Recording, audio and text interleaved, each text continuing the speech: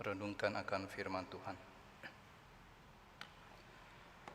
Bapa dalam surga, berkenanlah berfirman kepada kami. Kami percaya bahwa Tuhan memiliki pesan untuk Tuhan sampaikan kepada kami semua. Ada kebenaran yang Tuhan ingin nyatakan kepada setiap kami melalui pemberitaan firman-Mu pada pagi hari ini. Oleh karena itu ya Tuhan, kami mempersiapkan hati kami, mempersiapkan pikiran kami dan seluruh keberadaan kami. Dan pakailah hamba-Mu yang akan menyampaikan kebenaran firman-Mu, agar Roh-Mu yang kudus mengurapi dengan penuh kuasa yang daripada Tuhan. Kami serahkan doa kami, hanya di dalam nama Tuhan Yesus kami bersama-sama berdoa. Amin. Selamat pagi Bapak Ibu sekalian yang dikasihi oleh Tuhan Yesus, yang berada di rumah masing-masing, di mana pada hari ini kita menyelenggarakan ibadah secara online. Saya mengajak kita membuka satu bagian firman Tuhan, di mana tema kita pada hari ini adalah penasehat ajaib. Saya akan bacakan dari Yesaya pasal 9 ayat yang kelima, dan kemudian dilanjutkan pasal 11 ayat 2 sampai dengan 3. Demikianlah firman Tuhan, Yesaya 9 ayat 5. Sebab seorang anak telah lahir untuk kita, seorang putra telah diberikan untuk kita. Lambang pemerintahan ada di atas bahunya, dan namanya disebutkan Orang Penasihat Ajaib, Allah yang perkasa, Bapa yang kekal, Raja damai.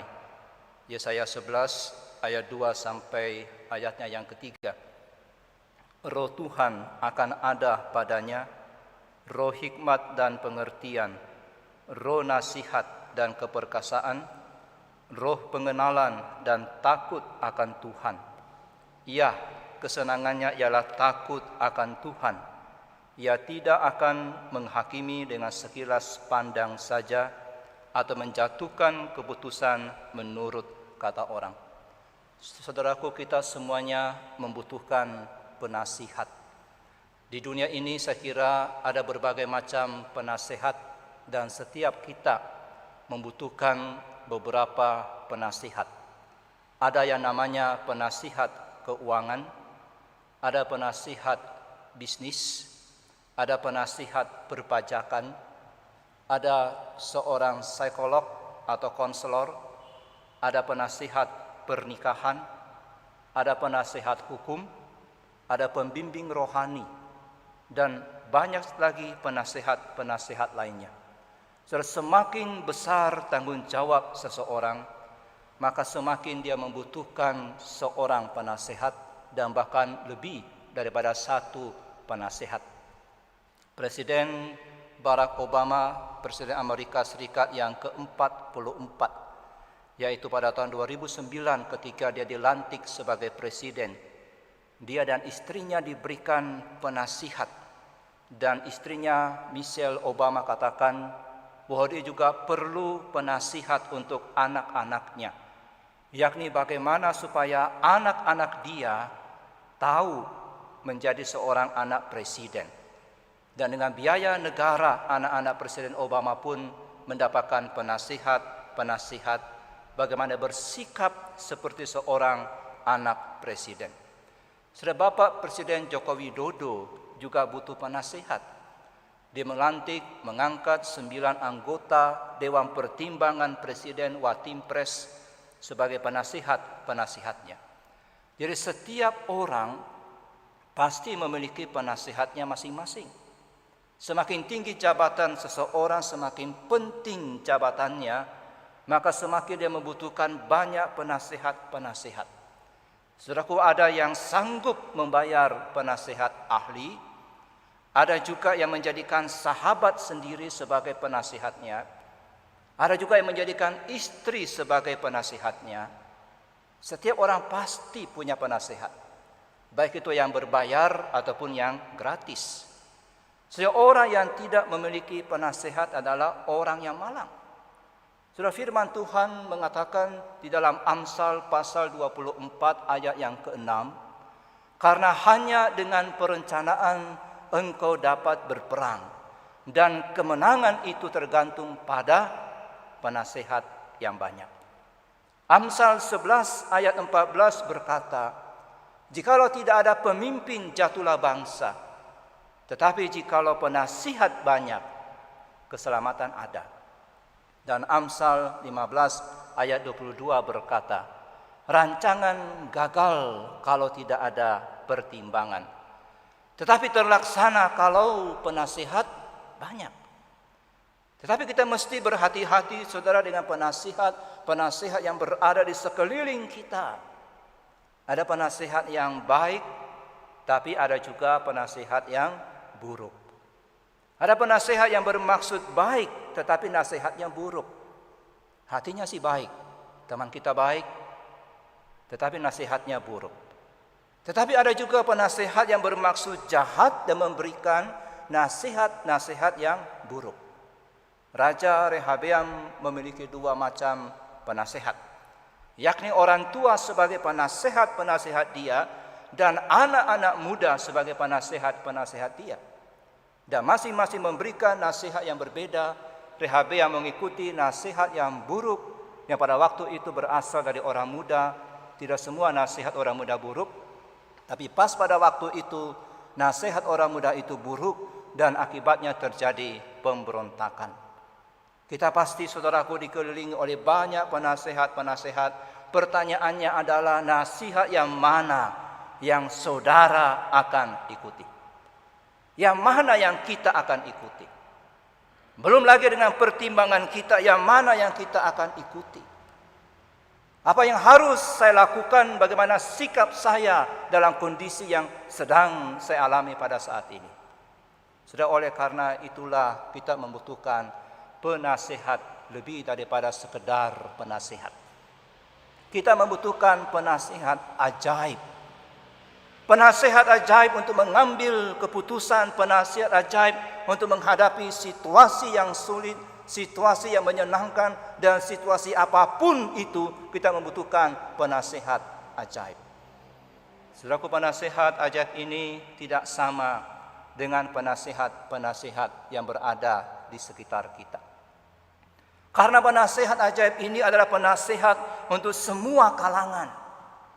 Seorang pengacara, seorang notaris, seorang akuntan tidak bisa disebut sebagai penasihat ajaib karena mereka bukan seperti penasihat ajaib dalam Yesaya pasal yang ke-9 ayat 5 yang tadi saya bacakan. Pengacara, penasihat militer, penasihat keuangan hadir untuk kalangan-kalangan yang tertentu saja. Berbeda dengan penasihat ajaib dalam Yesaya pasal yang ke-9 ayat yang ke-5 ini, dia adalah penasihat untuk semua kalangan. Sampai orang yang paling susah pun, yang penting dia percaya kepada Kristus, dia memiliki seorang penasihat ajaib. Saudaraku, penasihat ajaib dalam Yesaya 9 ayat yang ke-5 ini adalah penasihat untuk semua kalangan. Untuk raja, dia memberikan nasihat. Untuk pejabat yang percaya kepada dia, dia adalah penasihat yang ajaib. Untuk orang yang pandai, dia pun penasihat yang ajaib. Untuk orang kaya, orang miskin, orang bodoh, semua orang yang percaya kepada dia adalah Kristus merupakan penasihat ajaib mereka. Saudaraku, bangsa Israel dijanjikan kelahiran penasihat ajaib. Yesaya pasal 9 ayat yang ke-5 yang tadi saya bacakan mengatakan, sebab seorang anak telah lahir untuk kita. Seorang putra telah diberikan untuk kita. Namanya disebutkan penasihat ajaib. Di sini penasihat ajaib itu lahir bukan untuk kalangan tertentu saja, tapi dikatakan untuk kita. Dan kita ini adalah umat Allah. Penasihat ajaib lahir untuk saudara. Dia lahir bukan untuk kalangan yang tertentu saja, tapi lahir untuk kita semua. Dan dia adalah penasihat ajaib karena dia lahir untuk semua kalangan. Saudara, penasihat ajaib ini bukan hanya untuk semua kalangan, tetapi dia lahir untuk memulihkan. Penasihat ajaib ini memulihkan saudara. Ada penasihat yang jahat dalam dunia ini, dan penasihat yang jahat itu adalah iblis, bapa segala pembohong. Dia menutupi dirinya dengan memakai ular dan kemudian mencobai Hawa dengan kelicikannya untuk memakan buah yang dilarang oleh Tuhan. Dan nasihat jahat ini kemudian memprovokasi Hawa dan Adam untuk mengambil buah itu yang dilarang oleh Tuhan. Oleh karena itulah saudaraku, maka dunia ini harus memiliki seorang penasihat yang lain, penasihat untuk memulihkan. Jika ada penasihat yang menghancurkan, dan atas nasihat itulah manusia jatuh dalam dosa, maka tanpa nasihat dari penasihat ajaib, manusia tidak akan mungkin dapat dipulihkan. Saudaraku, lebih mudah memberikan nasihat yang membawa kehancuran daripada memberikan nasihat yang membawa kepada perbaikan. Lebih mudah memberikan nasihat jahat daripada nasihat baik. Mencampakkan itu lebih mudah, tapi membangun itu jauh lebih sulit. Memperbaiki apa yang rusak itu jauh lebih sulit. Kristus datang untuk melakukan hal yang sangat sulit ini, bahkan yang mustahil dilakukan oleh siapapun itu. Dia datang sebagai penasihat ajaib untuk memulihkan kondisi itu. Suatu penasihat ajaib ini adalah penasihat yang memiliki seluruh kebijaksanaan. Dia disebut sebagai penasihat ajaib karena apa? Dia memiliki seluruh kebijaksanaan. Yesaya pasal 11 ayat 2 sampai dengan 3 yang tadi saya bacakan berkata seperti ini. Roh Tuhan akan ada padanya. Roh hikmat dan pengertian. Roh nasihat dan keperkasaan. Roh pengenalan dan takut akan Tuhan. Ya, kesenangannya ialah takut akan Tuhan. Saudaraku, setiap penasehat masing-masing memiliki keterbatasan. Karena tidak ada orang yang ahli dalam segala aspek kehidupan dia. Karena itu setiap penasehat membutuhkan penasihat yang lain. Seorang ahli nutrisi, seorang ahli olahragawan, dia tidak membutuhkan cara dinasehati bagaimana caranya makan makanan yang sehat, bagaimana makanan yang diet supaya tetap bisa baik timbangannya dan tetap bisa langsing. Tetapi dia membutuhkan penasihat yang lain. Dia butuh penasihat keuangan, dia butuh penasihat rohani, dia butuh penasihat hukum. Seorang penasihat dalam dunia ini tidak bisa mengetahui seluruh kebijaksanaan. Dia hanya mengetahui apa yang menjadi bidang dia. So di sinilah letak perbedaan antara penasehat dunia ini dengan Kristus sebagai penasehat ajaib. Tuhan Yesus menasehati semua bidang. Tuhan Yesus tidak membutuhkan nasihat dari manusia. Yesaya pasal 11 ayat yang kedua mengatakan, Roh Tuhan itu akan ada pada dia. Roh hikmat dan pengertian. Roh nasihat dan keperkasaan. Dan Paulus mengatakan hal yang sama. Sebab siapakah yang mengetahui pikiran Tuhan? Atau siapakah yang pernah menjadi penasehatnya? Betapa dalamnya hikmat daripada Tuhan, kata Paulus. Sudah, Kristus adalah penasehat yang paling baik karena dia adalah Allah. Dia tahu segala sesuatu. Dia memiliki seluruh kebijaksanaan untuk membimbing akan hidup kita. Karena ia menjadi manusia, ia mengerti perasaan saudara, ia mengenal saudara secara utuh, lebih dari orang lain mengenal saudara. Itulah sebabnya dia dikatakan sebagai penasihat ajaib, karena dia adalah ajaib. Karena Kristus itu ajaib. Ia adalah pribadi yang ajaib. Allah yang menjadi manusia. Hidupnya di dunia ini sangat ajaib. Ia mengubah air menjadi anggur. Ia menyembuhkan, membebaskan orang-orang yang terbelenggu. Ia mengampuni akan dosa manusia, memberikan kelepasan. Ia memberikan arti yang baru dalam hidup kita. Ia mengubah salib itu menjadi tempat di mana kasih Allah dan murka Allah bertemu di sana. Kata-katanya sangat ajaib. Perbuatannya sangat ajaib. Dan tindakannya sangat ajaib. Dia memberikan dirinya sebagai anak domba Allah dan bangkit kembali dari kuburnya. Itulah sebabnya dia dikatakan penasihat ajaib. Kalau saudara datang kepada penasihat untuk meminta nasihat mereka, maka penting sekali bagi saudara untuk mengajukan pertanyaan yang tepat. Kalau saudara salah bertanya, maka nasihat yang saudara peroleh juga akan salah.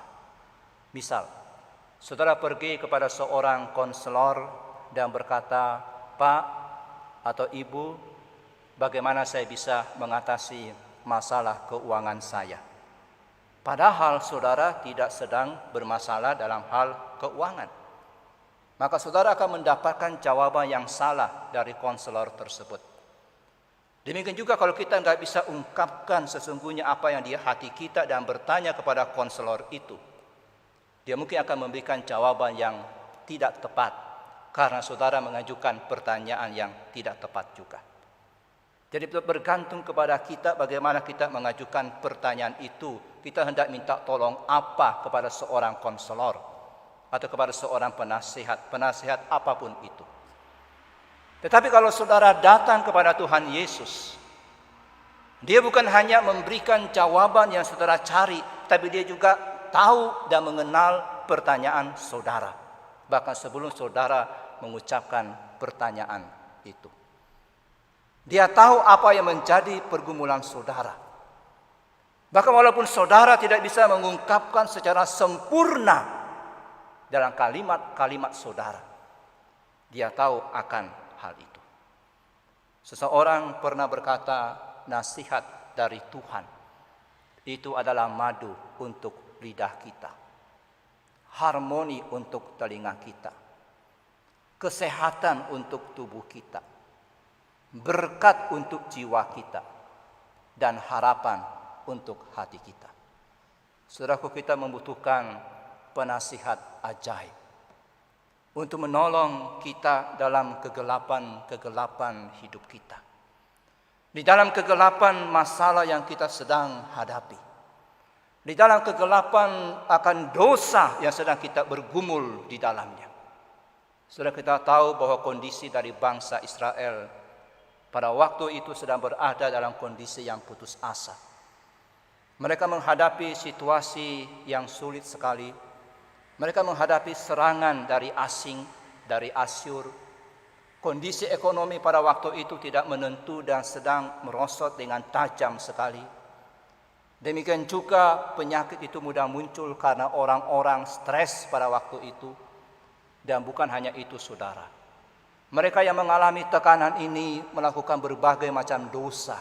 Mereka bukannya mencari penasihat ajaib, bukannya mencari Tuhan, tapi mereka mencari penyihir-penyihir. Mereka mencari berhala-berhala. Dan penyembahan berhala begitu marak dalam kondisi yang sangat sulit pada waktu itu. Kondisi yang mereka alami kondisi yang gelap. Di dalam Yesaya pasal 8 ayat 22 mengatakan, dan akan melihat ke bumi dan sesungguhnya, dikatakan dalam firman Tuhan, hanya kesesakan dan kegelapan, kesuraman yang menghimpit, dan mereka akan dibuang ke dalam kabut. Jadi bangsa itu sedang berada dalam sebuah kesesakan, berada dalam kegelapan dan kesuraman yang menghimpit. Yesaya 9 ayat 1 mengatakan hal yang sama. Bangsa yang berjalan di dalam kegelapan. Jadi mereka sedang berjalan di dalam kegelapan. Mereka sedang berdiam di negeri kekelaman. Yesaya 9 ayat 3 berkata, kuk yang menekannya, gandar yang di atas bahunya serta tongkat si penindas. Artinya apa, saudara?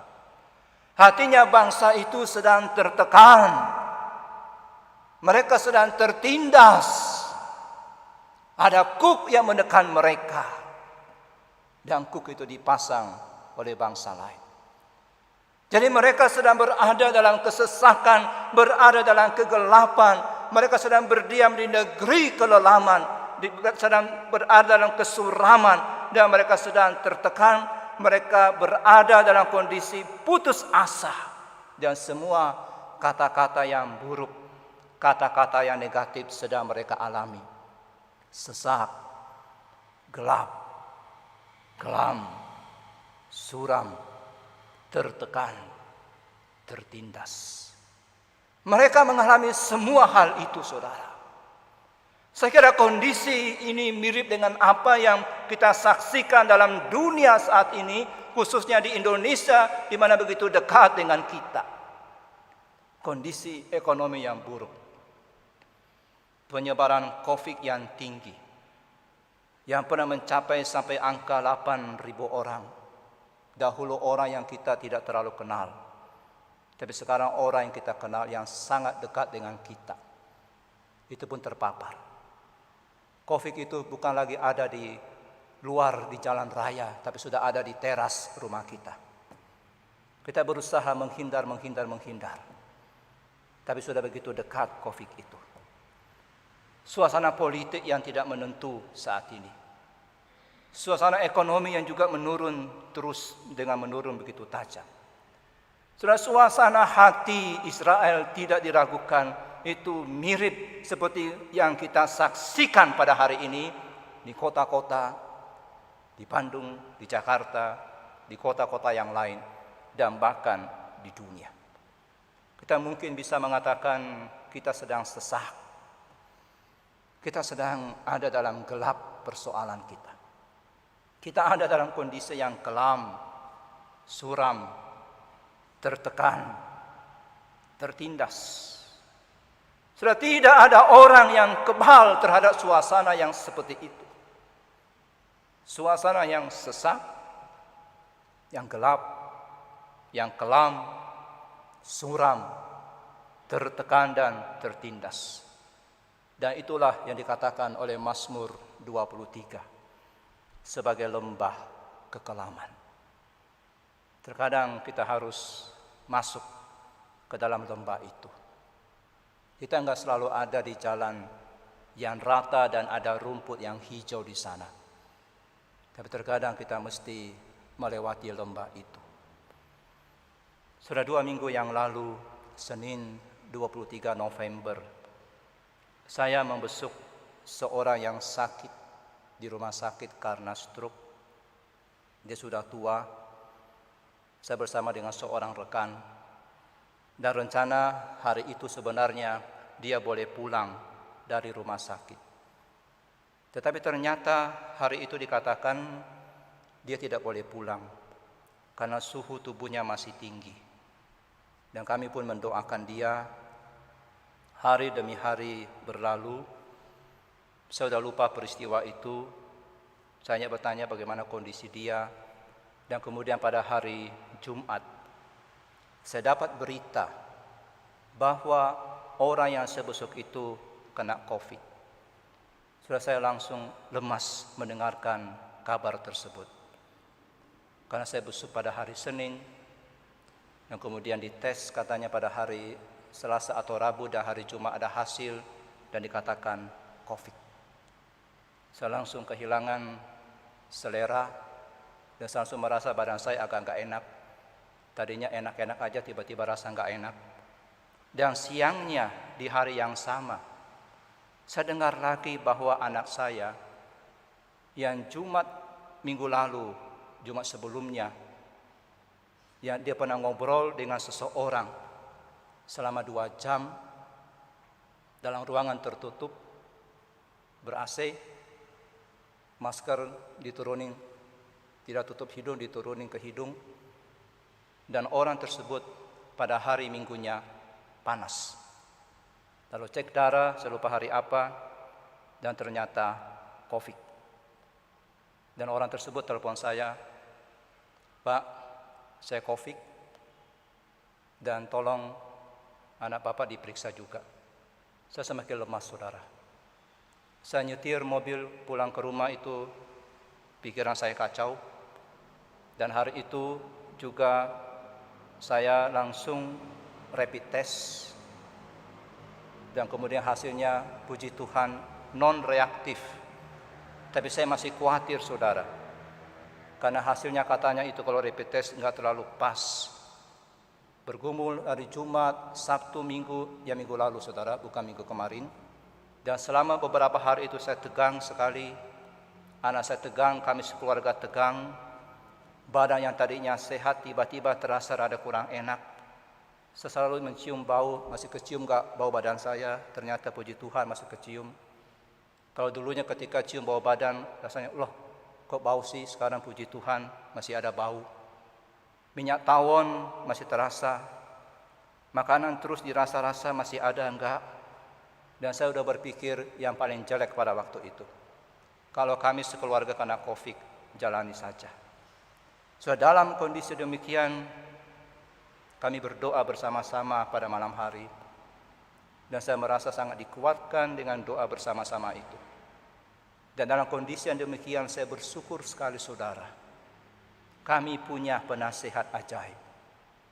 Kami punya Tuhan Yesus yang mengingatkan kami bahwa Dia, Sang Gembala Agung itu, hadir dalam hidup kami. Baik itu di rumput yang tenang ataupun di lembah yang gelap sekalipun. Sudah hasil swab yang diambil pada Senin minggu lalu, itu memang negatif saudara. Kami senang karena hasilnya negatif. Tapi sesungguhnya saudara, saya sudah memperoleh kekuatan dan ketenangan sebelum hasil itu keluar. Saya bukan mendapatkan jaminan dari Tuhan bahwa hasilnya pasti negatif, tidak ada jaminan itu. Tapi saya sudah mendapatkan kekuatan dan ketenangan seandainya pun positif. Saya sudah memenangkan pergumulan yang sedang saya alami sebelum hasil keluar. Hasilnya negatif, tapi pergumulan saya sudah menang sebelumnya. Kenapa saudara?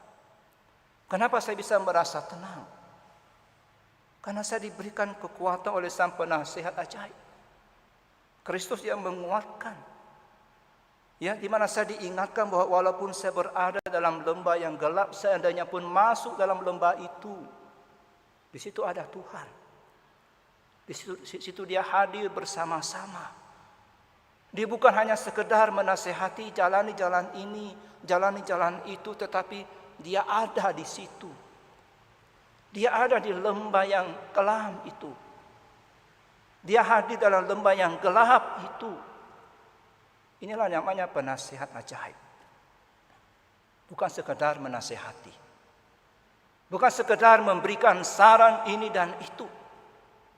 Tapi Dia hadir di situ. Dia menguatkan hati kita. Dan jawaban Allah untuk segala teror yang dihadapi oleh manusia adalah lahirnya seorang anak. Kekuatan dari Tuhan jauh lebih besar daripada Asyur dan dari semua tantangan-tantangan lainnya. Kekuatan dari Tuhan itu jauh lebih besar daripada semua persoalan-persoalan saudara. Kemenangan diperoleh melalui kelahiran seorang anak. Itu cukup. Kelahiran anak Allah itu memberikan kemenangan. Jawaban untuk semua yang mengganggu mental kita adalah kelahiran seorang anak, yakni Yesus Tuhan kita. Saudara, kita memiliki pengharapan. Kita pada hari ini sebagai anak-anak Tuhan, kita punya kebebasan. Kita punya sukacita yang besar dalam kondisi apapun yang kita alami. Kita punya damai sejahtera yang melampaui akal dan pikiran kita. Walaupun pada waktu itu Israel sedang berada dan hidup dalam kegelapan yang besar. Dan walaupun hari ini kita hidup, mungkin kita katakan dalam kegelapan yang sangat besar. Seperti di dalam dunia orang mati. Tapi kita akan melihat terang yang besar. Yesaya 9 ayat 1 berkata, bangsa yang berjalan dalam kegelapan telah melihat terang yang besar. Mereka yang diam di negeri kekelaman, atasnya terang telah bersinar. Jadi walaupun hari ini kita sedang tertekan oleh karena kuk yang berat, tapi kuk itu dikatakan akan dipatahkan oleh Tuhan. Yesaya 9 ayat 3 sampai 4. Sebab kuk yang menekannya dan gandar si penindas telah kupatahkan, kata firman Tuhan. Kuk yang berat yang menekan di atas pundak Israel, di atas pundak kita akan dipatahkan dengan cara yang ajaib, yang di luar pemikiran saudara. Tuhan adalah pembebas. Penasehat ajaib ini adalah pemenang. Dialah penasehat ajaib kita. Ajaib di dalam keputusan dan agung di dalam kebijaksanaan. Saudaraku, terlalu sedikit yang kita ketahui di dalam hidup ini. Dan terlalu banyak yang kita tidak mengerti dalam hidup ini. Kita butuh Kristus. Saudara yang masih berada di luar Kristus, saudara tidak akan sanggup menanggung persoalan saudara. Enggak akan sanggup menanggung beban-beban hidup saudara. Kita butuh penasehat ajaib yang memahami kita, yang menunjukkan jalan dan bahkan ada bersama-sama dengan kita di jalan itu. Lalu apa yang harus kita lakukan supaya kita menerima nasihat dari penasihat ajaib? Kita mesti selalu datang kepada Tuhan. Ini penting saudara. Sebab kalau hati kita tidak diarahkan kepada Tuhan, kita akan memakai akal budi kita dalam persoalan kita. Ada banyak sekali contoh untuk hal ini. Orang Israel banyak tertipu oleh karena mereka tidak datang pada Tuhan. Saul mengalami kondisi yang tragis karena dia bukan mencari Tuhan, tapi dia mencari tukang sihir. Kita cukup datang kepada dia, berlutut di hadapan dia, berdoa di hadapan dia. Bawa keluarga saudara datang kepada dia. Datang bersama-sama dengan istri saudara, anak-anak saudara, atau suami saudara, anak-anak saudara, datang berdoa bersama-sama. Saya merasakan saudara setiap kali pergumulan yang berat dalam hidup saya, dalam keluarga saya, setiap kali kami bawa dalam doa bersama-sama, semua itu bisa diatasi. Tuhan datang dan kami sungguh merasakan kehadiran Tuhan yang begitu nyata. Kenapa saudara tidak memakai kekuatan keluarga? Bawa keluarga saudara sama-sama berdoa, mari kita berdoa. Mengapa kita tidak berdoa terlebih dahulu sebelum kita melangkah, sebelum kita mengambil keputusan? Kita mungkin tidak mendengarkan suara langsung yang mengatakan inilah jalan yang harus kau tempuh. Tapi kalau saudara sudah berdoa, yakinlah Tuhan akan pimpin bukan hanya pikiran saudara, Dia akan memimpin situasi saudara. Dan kita akan berada di jalan yang benar. Awali segala sesuatu dengan doa. Datang kepada penasihat yang ajaib. Jangan mengambil keputusan sebelum berdoa. Karena musuh kita iblis berjalan berkeliling memberikan nasihat-nasihat yang buruk untuk menghancurkan hidup kita. Oleh karena itu kita mesti waspada di setiap langkah kita. Setiap langkah kita mesti berdoa. Inilah jalan kemenangan yang bisa kita alami kalau kita senantiasa datang berdoa kepada penasihat yang ajaib. Dan yang kedua adalah firman Tuhan. Tuhan Yesus bicara kepada kita, memberikan kepada kita nasihatnya melalui firman Tuhan.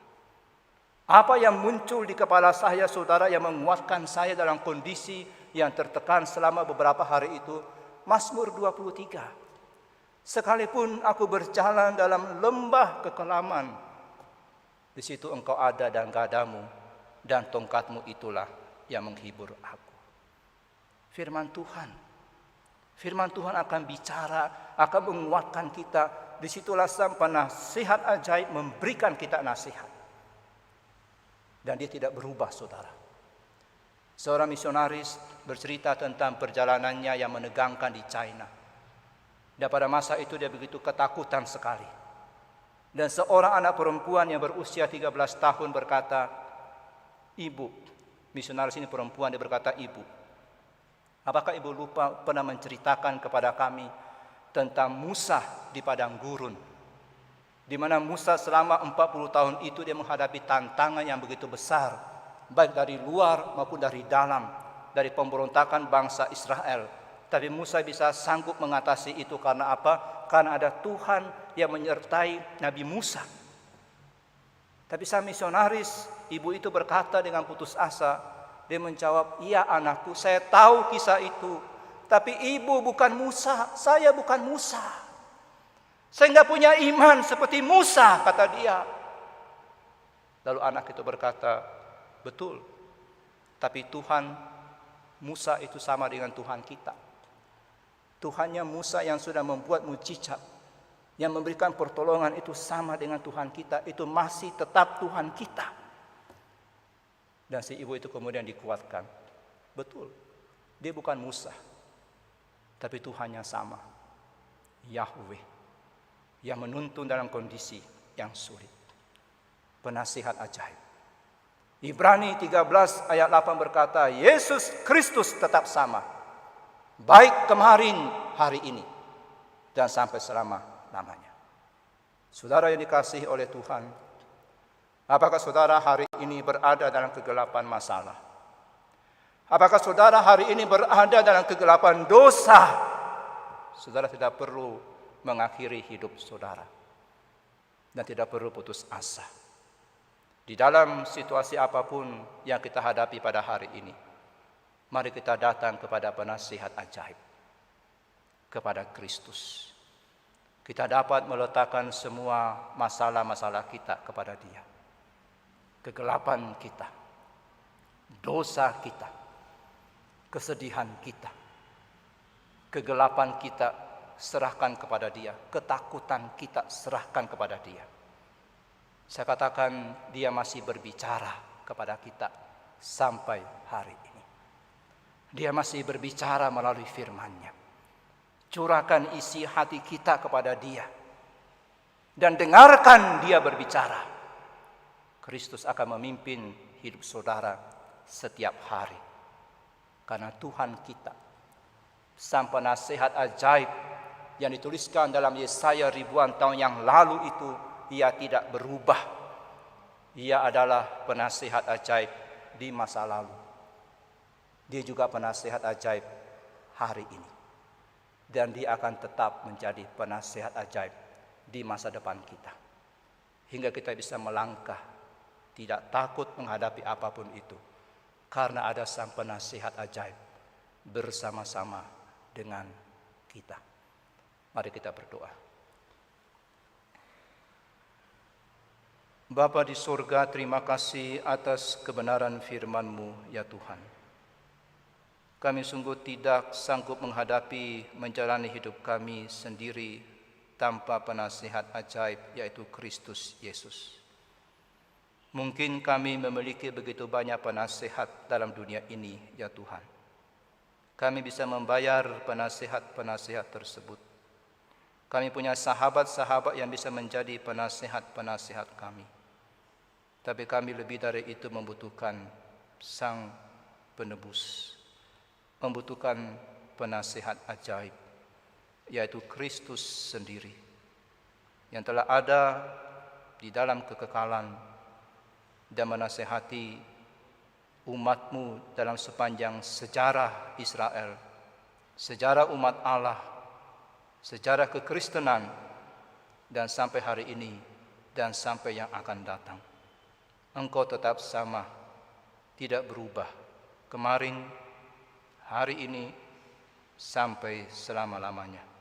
Tolong kami Tuhan, untuk datang kepada Engkau, dan tidak datang ke tempat yang lain, tapi datang dan menyerahkan persoalan kami, meminta nasihat yang ajaib dari Tuhan.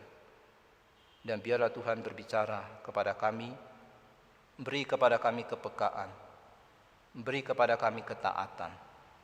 Terpujilah nama-Mu ya Tuhan. Kami serahkan doa kami kepada Tuhan. Hanya di dalam nama Tuhan Yesus kami bersama-sama berdoa. Amin.